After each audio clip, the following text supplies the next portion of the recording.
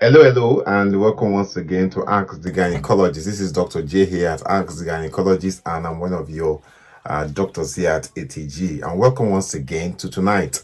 Tonight, I'll be talking about how cervical cerclage works. And I know a lot of people have got questions about cervical cerclage, how it works, what it is, and how it's able to prevent early preterm labor. So tonight, for the next 20-30 minutes, I'll be talking about these things, okay? And if this is your first time joining ATG, I want to say welcome once again to our Muslim brothers and sisters in Nigeria and all over the world. I want to say Barka de Salah. I think it's Eid al-Fitr. So I believe by the grace of God, our prayers will be heard during this festive and fasting period.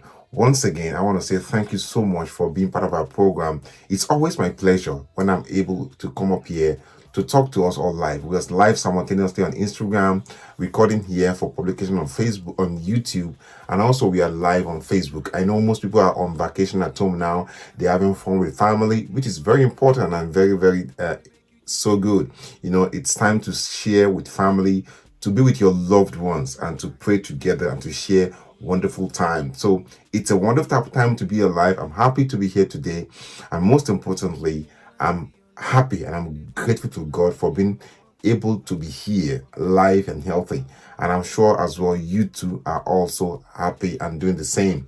Most importantly, before time goes, for some reason, I don't know why, some people are able to watch our videos, but if you're not able to keep track with our video, what you can do to yourself and for yourself is that ensure you're subscribed to our YouTube channel.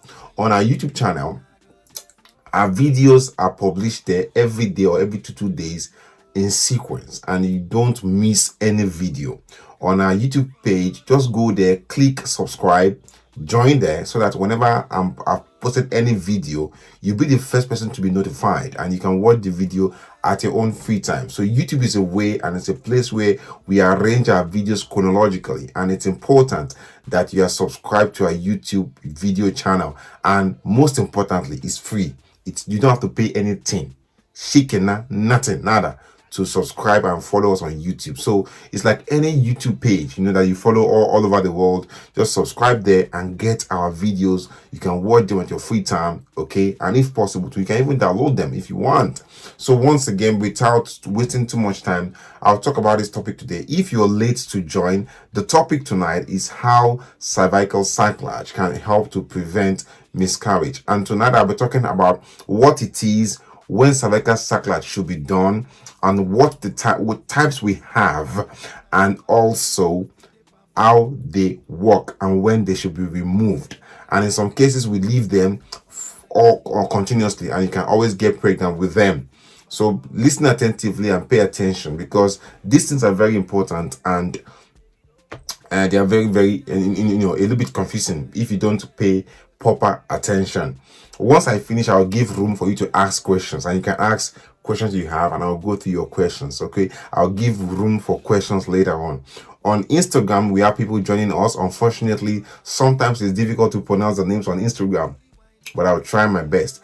We have Tommy for King, Okiere 6515. We have Kids More. We have Bisola Ofimiho. We have Alabike. We have Spirals Hair, Alabike. We have Chocolate Beauty. We have Omowumi One. On Facebook here, we have Vumi Ajayi, wonderful lady. Suzanne Odru Agege, Ifetalakwa Konde, Joseph Blessing Akman, Mary Yetunde Mayaki Akpo, Chiamaka Chinedu, Joseph Blessing Akman, Adebayo Yetunde, Chizoba Juliet Michael, Rita Aumachi, Akenrotoye Bumi, Bridget Tuche, Ugu Chima Hadlin, Egbe Temi, and Gloria Pejot Terry, wonderful people, and Debbie Liniette, wonderful lady in Lagos, Nigeria. One time ago, she visited our laboratories. Thank you, Debbie, for visiting the laboratories, and I'm so happy to have you here. Well, let us start. Remember yesterday, I talked extensively about ectopic pregnancy, and I made very important diagrams on this board here to make things clear. I think some few days ago, I also talked about fibroids as well, and I explained how uterine artery embolization works. ATG is one of the premier source where you learn about gynecological problems, and you also learn how things in your body works, and if possible to treatment. We don't talk about fertility all the time here alone. We talk about how your body works and how you can make yourself get pregnant easily, and how you can have the best experience during your pregnancy.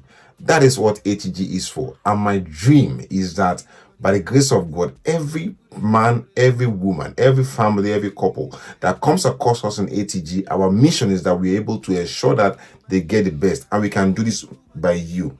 But even while we try to do this, I want you all following me to follow my instructions. I've had issues with people, our patients, when you tell them to do one thing, they don't want to do it. They always have one opinion why they won't do it or why they don't want to do it. And it saddens me why people will pay so much money to consult me, yet they don't want to follow instructions. And afterwards, everything doesn't go according to plan. They come back again to actually do these things that we instructed them to do in the first instance. Right now, before we start, I can see questions on the screen already. Bumito Bidoba, I can see your question. You have to hold on so that we can talk about these things, so that before we start taking questions. So after I finish talking, I'll start taking questions. Then Tobiloba, then you can put your question on the screen. For now, I'm going to ignore them, okay? In fact, I'm going to put off my chat section so I don't see any questions that will distract me. And after I finish discussing tonight, I'll start taking questions and I'll open the floor for questions, okay? Now, follow me and listen attentively. Once again, I'm Dr. J here, your doctor, your favorite doctor, and I'm talking about these things tonight. This is your womb. I always draw the structure, the way the womb looks like. So this is what your womb looks like. Okay, the womb is like a pear-shaped structure.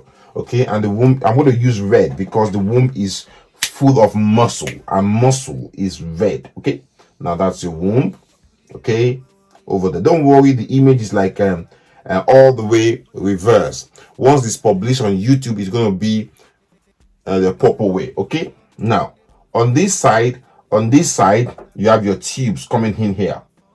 Okay, and now you have your tube coming in there. Okay, and you have your egg here. So let's color the egg in blue. So the egg is in blue. Okay, now this is the egg. It's in blue.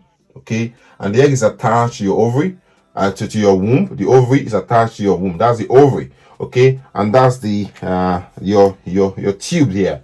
Your tube is open like that, okay, and open like that, like a flower, okay, ready to pick up egg when egg is released.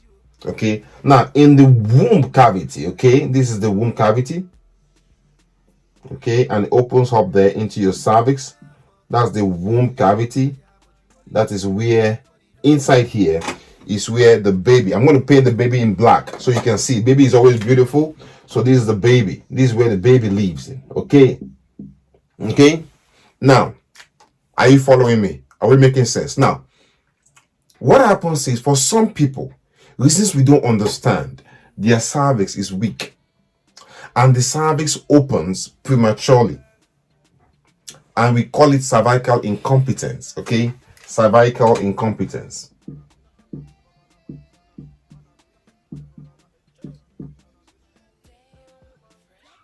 Sorry. So cervical incompetence.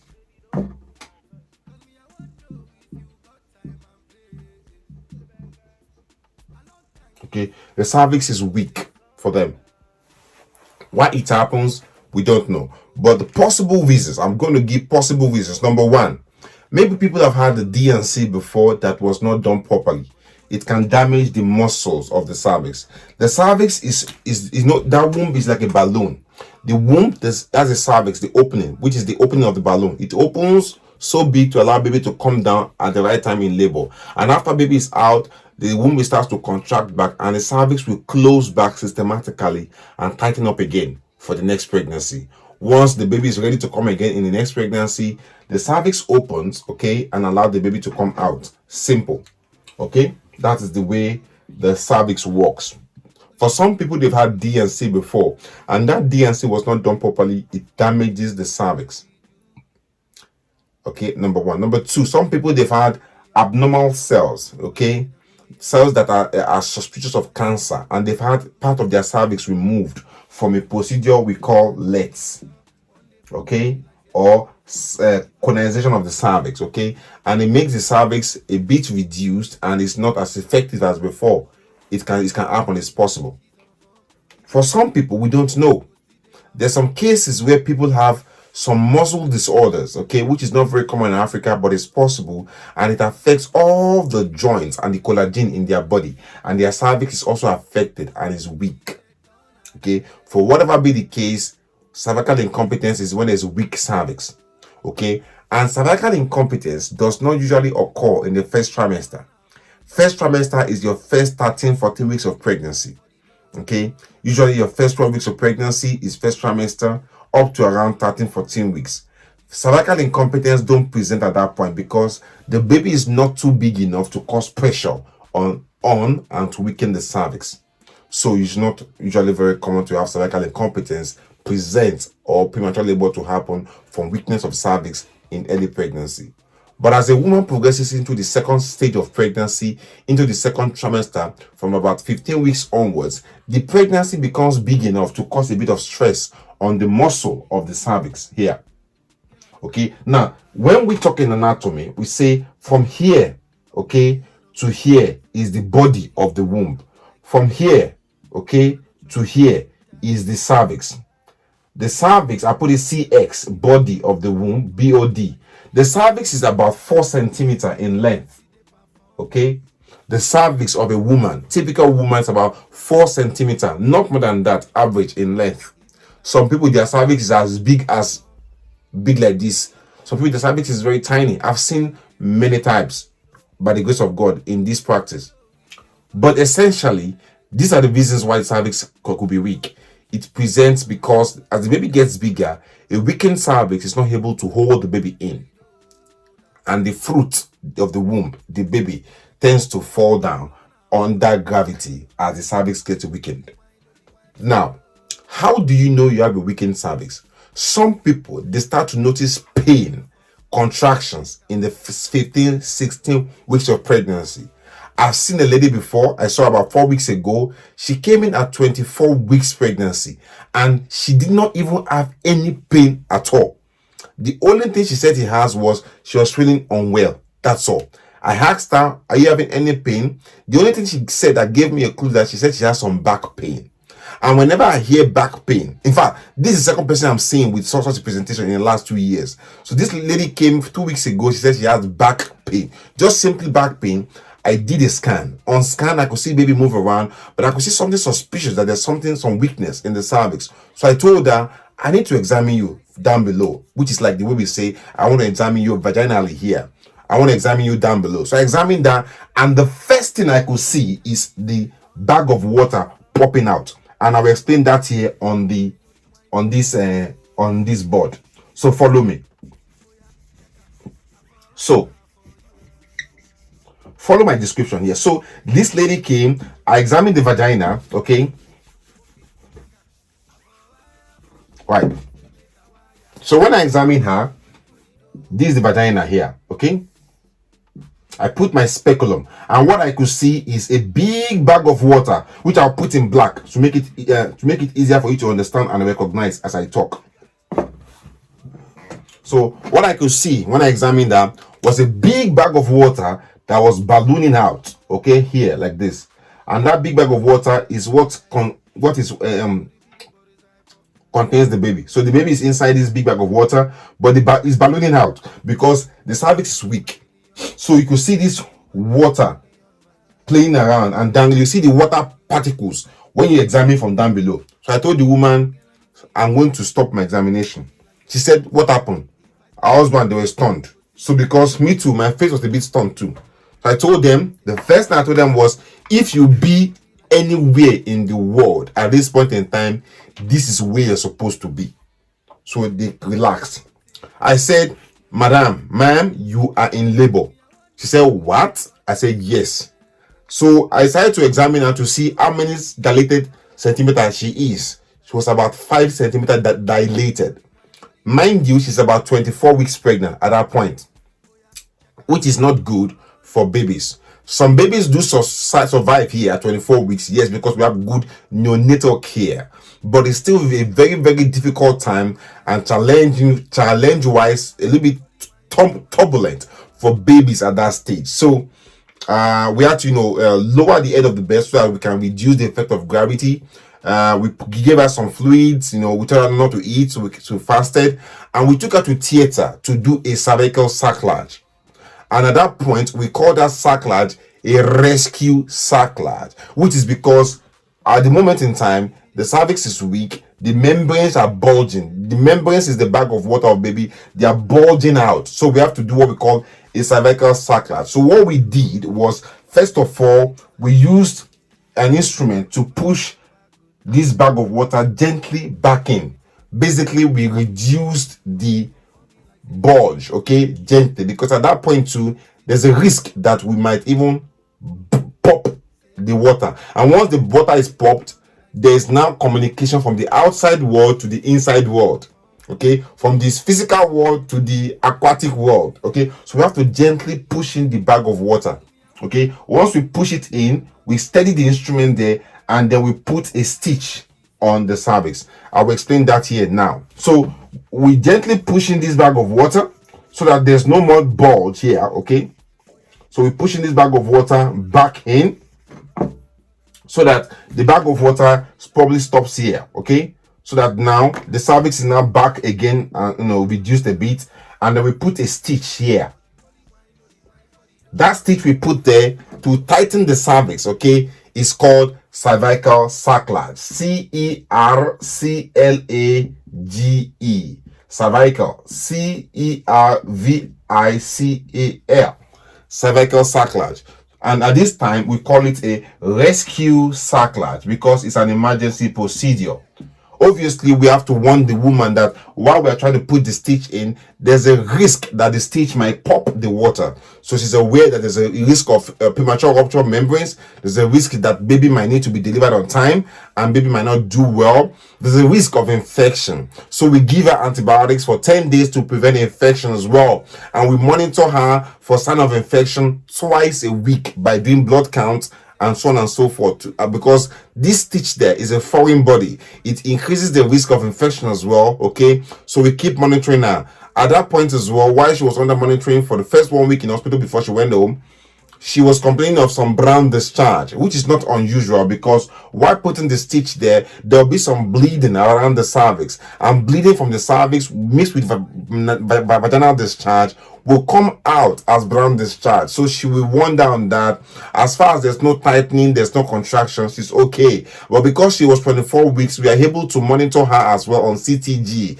CTG is a way we monitor baby's heartbeat to ensure baby is happy and fine while baby is in the womb. So we were able to monitor her, and she went home. Okay, so that is rescue cerclage. What we do is that we try and keep the cerclage in place until she gets to 37 weeks. Once you get to 37 weeks, what we can do is to release the cerclage so that if she goes into labor at any point in time after then, she's able to deliver vaginally and perfectly okay. Now, this discussion so far is about rescue cerclage. Now, I've seen people too. They've had that same problem that woman had, okay? And because we think that their cervix is weakened and she might have the same problem in future pregnancies, we do what we call prophylactic cerclage as a preventative cerclage. So for such people, once they get to around 12-13 weeks, before they get into the second trimester and the cervix begins to become weakened with the weight of pregnancy, from then onwards, we put a stitch there in the cervix from 12 weeks onwards. And there's a reason why we've chosen 12-13 weeks to put that prophylactic preventative cerclage. The thing is that most miscarriages that will be from genetic problems, most miscarriages that will be from chromosomal problems, will usually miscarry by the end of 12 weeks. After then onwards, miscarriage from genetic problems, chromosomal problems, are very, very rare. So it's a good idea to put preventive cerclage at that point when the baby has passed that stage of possible miscarriage from chromosomal problems. So we can put a prophylactic preventative cerclage there.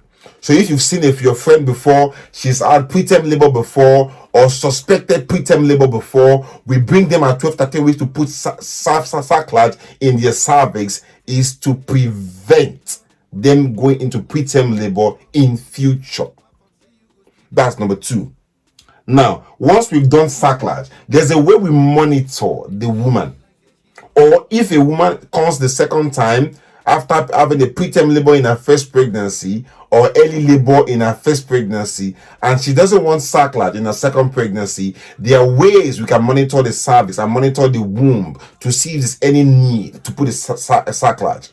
So if a woman has had a cerclage in this current pregnancy, which is a way we can monitor the womb to see if there's any change. And also if a woman has had a preterm labor in the first pregnancy and she doesn't want cerclage in the second pregnancy, there's a way we can monitor the womb in that current second pregnancy to see if at any time she might need a cerclage. And what we do to monitor is what we call cervical length measurement. I'll put it here in black so you can see cervical length measurement.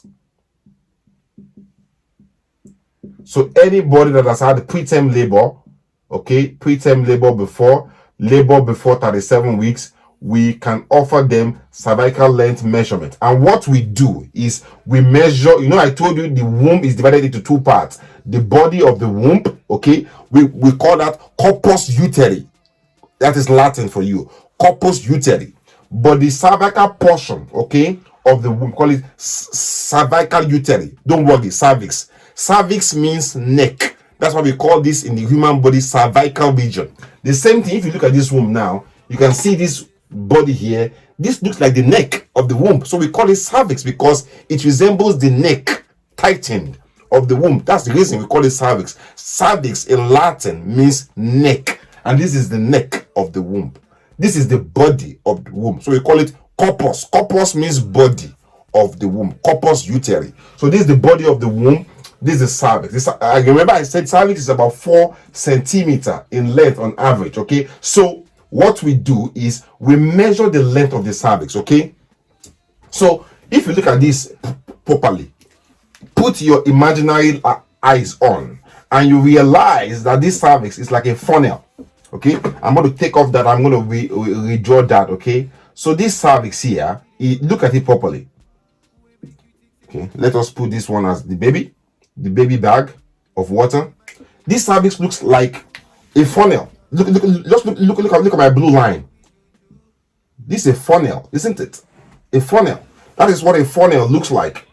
Where you used to pour your kerosene into your jerry can, kerosene into your generator. That funnel, that's the funnel. So the same thing, we look at it here. We say we are checking for cervical funneling to see if the length of the womb is getting shorter. I want the length of the womb to be 4 centimeters or not less than 2.5 centimeters. So, but the most important thing is that we measure the length of this cervix from here to here. So we measure the length of everything all the way down from here to here. Okay, and we want it to be between 2.5 and 4 centimeters in length on scan. If it's getting shorter, so for example, if I scan a woman and she's measuring 3 centimeters this week, and 2 weeks time she comes again, she's now measuring 2 centimeters or 2.5. The fact that it's still within the normal range, but it's getting shorter, I call that the cervix is funneling. That is to say, it's opening. That is not good. So it's not just the measurement, it's the rate of change of measurement. We do that by doing what we call cervical length measurement. It's very critical that if you have a risk of preterm labor or you've had preterm labors before, you should have cervical length measurement in your subsequent pregnancy. Okay, now there are 2 types of cervical cerclages that we can do. So if you had cervical cerclage or you've had a previous preterm labor, you should have cervical length measurement done in that pregnancy or in subsequent pregnancy. Now there are 2 types of cerclage we can do. We can do a cerclage where we put the stitch from the vagina, that is transvaginal cerclage, and there's another one we can do where we open your tummy, okay, and that one we put cerclage very high up somewhere here. That one is called Shirodka stitches. It was invented or described by some guy in Asia, I think Indian guy. It's called Shirotka. That one we call it transabdominal cerclage. If you've had a transabdominal cerclage, okay, when we open your tummy and put the cerclage in, we don't take it out. That means that every baby you're going to have afterwards, every baby you're going to have subsequently afterwards, or subsequently, is going to be delivered by C-section, because we can't go back in to be removing and putting the Shirotka stitches because it's too far ahead, far away. Okay, that one is transabdominal cerclage. Baby has to be delivered by C-section. Okay, for these ones we put in here, you can deliver baby by vaginal delivery once we release the stitches at 37 weeks. Now you wonder, if I put a cerclage here that can't be removed, won't it stop you from getting pregnant in future? No, that's the answer. The reason is that the bulk of womb, why we here above here, where we put this high up cerclage, is not enough to occlude the whole or to block the whole cervical entrance, so you can still get pregnant. Okay, what it means is that whenever you want to deliver baby, we have to do a C-section. That's all.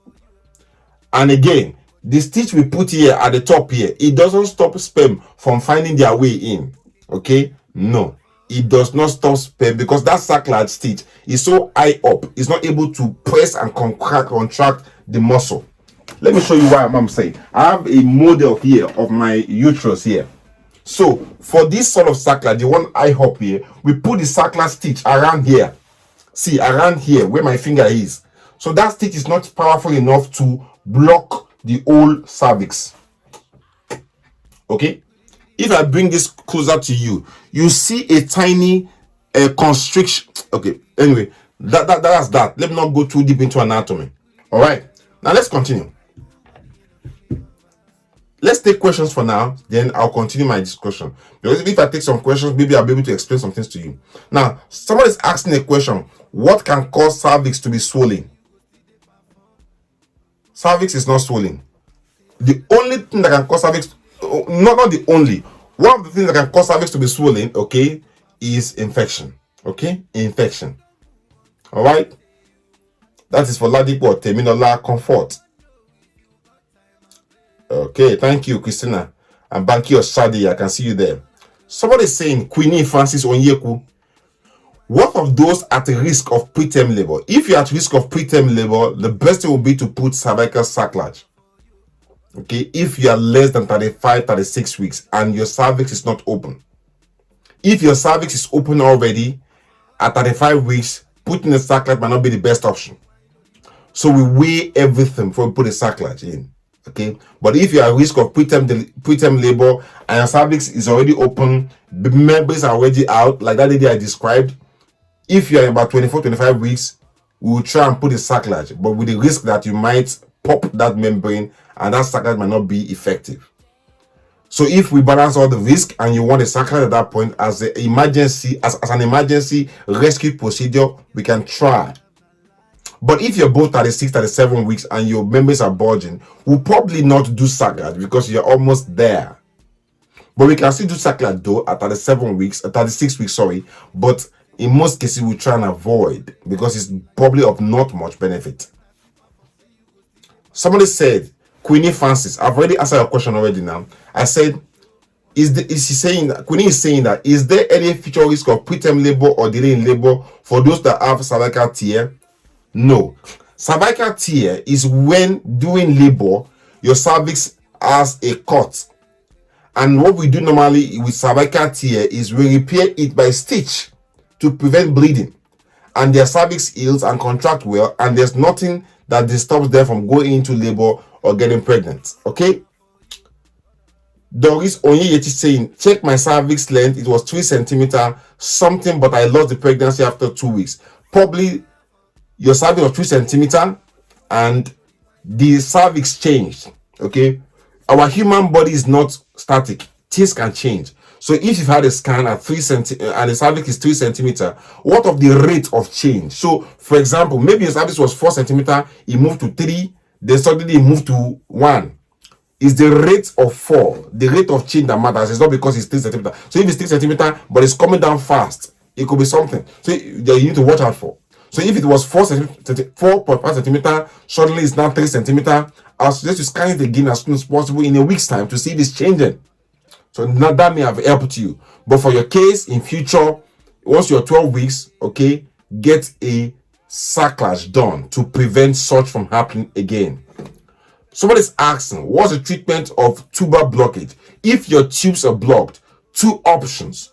Hydrotubation to unblock the tubes, which does not work in most cases. It works only in 1 out of 4 people. And if hydrotubation fails, the next is IVF. But in most cases, I personally don't advise for hydrotubation, because if the tubes are damaged, then honestly speaking, for medical purposes, they are damaged. In such a case, I would advise for IVF. Somebody's asking, what can cause a miscarriage? Miscarriage is usually caused by failed implantation or sometimes chromosomal abnormalities, genetic abnormalities, sometimes which we don't know or which we can't prevent. And in most cases, those abnormalities don't occur, don't happen again. Doctor, can cervical incompetence cause bleeding from 5 weeks of pregnancy? No. If you are at the beginning of this lecture, I explained it categorically in 2 separate sentences that cervical incompetence does not present until you are above 14 weeks onwards into your pregnancy. Cervical incompetence, the pregnancy is not even heavy enough to cause weakening cervix in your first 2 weeks of pregnancy. So, cervical incompetence is not what we see at 5 weeks of pregnancy, okay?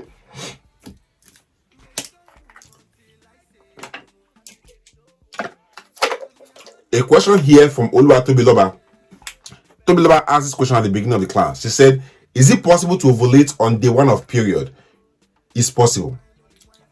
It's possible for anybody to ovulate at any time, theoretically. But in most cases, you ovulate on your ovulation day. But I always tell people, I've seen people get pregnant on day 2 of their cycle because they had sex only on day 2 of their cycle and they got pregnant. They didn't have sex any other time. And I always stress it here over and over again, positively, that if you have sex only on your ovulation day, you are only giving yourself 30% chances of conception. By having sex every other day, 2 or 3 times a week, you increase your chances of pregnancy up to 95%. The only time you're not okay to have sex, from my point of view, is during your period, because it's messy. It messes up the bed. And theoretically, you can't get pregnant when you're having a period anyway. In most cases. But some people want to have sex during their period. It's up to them. It's no big deal. It's no sin. It's no big deal to me. But it's a bit messy. But theoretically, you can ovulate anytime as far as you're not having a period. So if you have sex on day 2 of your period or first day of your period, you can still get pregnant, because some sperm will hide there. Some sperm, they're notorious. They can hide the kingdom come, the rapture come. And they'll wait there for the period to go away. And once the egg is released, bam, they go and nab the thing. They're like that. I don't know where they came from. They could be alien sperm, or they could be sperms from Australia, or sperm from South Pacific, or some sperm from the Southern Pole or North Pole. But they are able to survive under hostile environment and to attack the pregnancy and get the egg pregnant. But you can have sex at any time as far as it's convenient for you and your husband. But getting pregnant, focus on having sex every other day as far as you're not bleeding, as far as you're not having a period. Okay? Thank you. What causes contraction at 7 months of pregnancy, preterm labor, infection, weakened cervix, preeclampsia, blood pressure problems in pregnancy? All these things, for example, can cause preterm labor. Okay? What causes pain and itching on a woman's cervix less than 2 months of pregnant? How can you have itching in your cervix? I'll be surprised for a woman to have itching in her cervix, inside her cervix. You can have itching on your vagina because the cervix does not have nerve endings that can pick up itching. Trust me. You can itch on your skin. You can itch on your vulvar skin. You can itch on your vagina. But the cervix is not composed with nerves that pick up itching. The nerves on the cervix, they are nerves that are autonomic nervous system area nerves. They don't itch. Okay, you can't itch your bowels. You can only itch your skin here. There's no way you can itch on your cervix. The cervix can be painful, can have offensive discharge. You touch it, it's very painful, yes, but it does not itch. Maybe you don't know what the cervix is. The cervix is that thing you touch when you put your finger inside your vagina, at the top of vagina, on the roof of vagina, soft as the point of my nose. Your vagina can itch. So if your vagina is itching, check for infection. And if there's an infection, we treat it. Okay, thank you guys for watching today, for listening tonight. I really appreciate you. And I want to say Eid al-Fitr or happy Salah celebration to our Muslim family friends. If I'm correct in what I said, I'm not sure, but I know that God will answer our prayers, and I pray and I wish for you the best of all seasons. God bless you, and I hope to see you soon again to have more time to discuss with you. Once again, from me to you and to your family, I say love you all, and have a wonderful evening, have a wonderful rest of your week, and have a wonderful Salah celebrations. God bless you. See you soon. Bye-bye.